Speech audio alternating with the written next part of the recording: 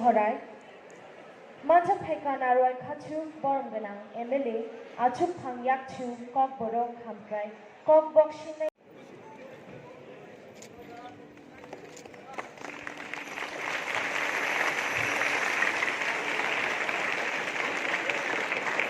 Achuk Pang, Kok Borok Kamprai, Kok Bokshin Committee, Dr. Otul Deberma, Manta Subhashish Bandyopadhyay, Manja Theka Boromganang TCS, P. Prabhas.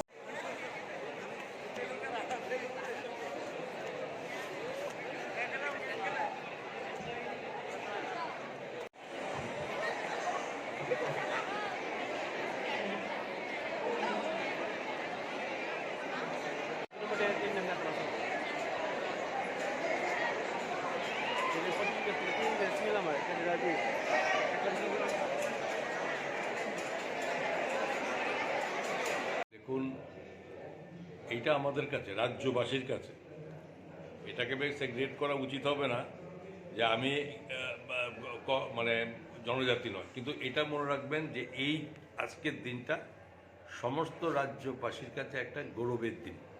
কেননা রাজ্যের সমস্ত জনজাতি গোষ্ঠীর যে শতাংশ মানুষ আছেন এই রাজ্যে, তার মধ্যে 25% জনজাতির লোক এই ককবরক ভাষার সঙ্গে যুক্ত। ককবরক অন্যান্য কয়েকটা ভাষা আছে, মানে সংখ্যালঘু ভাষা আছে। তো এই ভাষার সঙ্গে 25% লোক জড়িত। এটা বিশাল ব্যাপার, এবং এটা 1979 সালের এই আজকের দিনে 19শে জানুয়ারিতে এটা ভাষার যে হিসাবে এটা স্বীকৃতি পায়।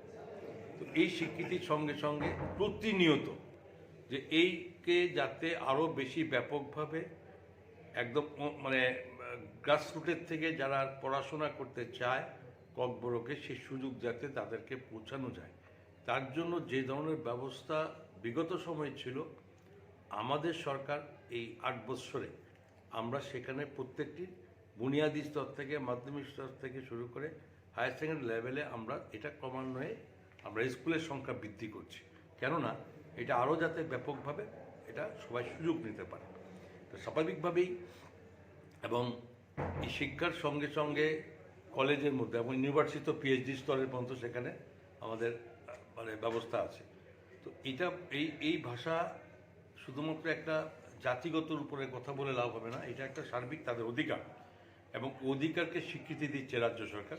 এবং সেখানে প্রধানমন্ত্রীজিও আপনারা জানেন যে জনজাতিদের কল্যাণের জন্য বিভিন্নভাবে ওনার এই ধরনের যোজনা উনি করছেন।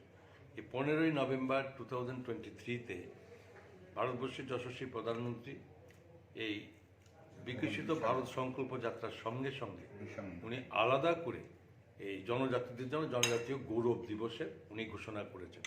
উনি ঘোষণা করার এর সঙ্গে অনেক ধরনের যে ডেভেলপমেন্টের কাজ যাতে জনজাতীয় অংশের মানুষের পায়, স্বাবলম্বী করা তোলা যায়, শিক্ষার ক্ষেত্রে অগ্রাধিকার দেওয়া যায়, স্বাস্থ্য ক্ষেত্রে দেওয়া যায়, এবং রাস্তাঘাট থেকে শুরু করে পানীয় জল, বিদ্যুৎ সব কিছু নিয়ে বিভিন্ন যোজনা করা হয়েছে। ঠিক সেইমভাবে আমাদের রাজ্যে মাননীয় মুখ্যমন্ত্রী প্রফেসর ডক্টর মানিক শাহ মহোদয় সেইভাবেই এই জনজাতিদের জন্য বিভিন্ন স্কিমের মাধ্যমে এডুকেশন, স্পোর্টস থেকে শুরু করে হায়ার এডুকেশনের পড়াশোনা থেকে শুরু করে অনেক পরিকল্পনা যোজনা নিয়েছেন।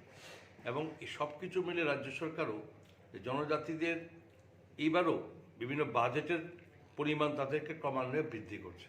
তো এটাই বারবার বলেছি বাজেট অধিবেশনে যে প্রায় 39% টাকা টোটাল বাজেটে যেখানে জনজাতিদের জন্য এটা বরাদ্দ করা হয়েছে।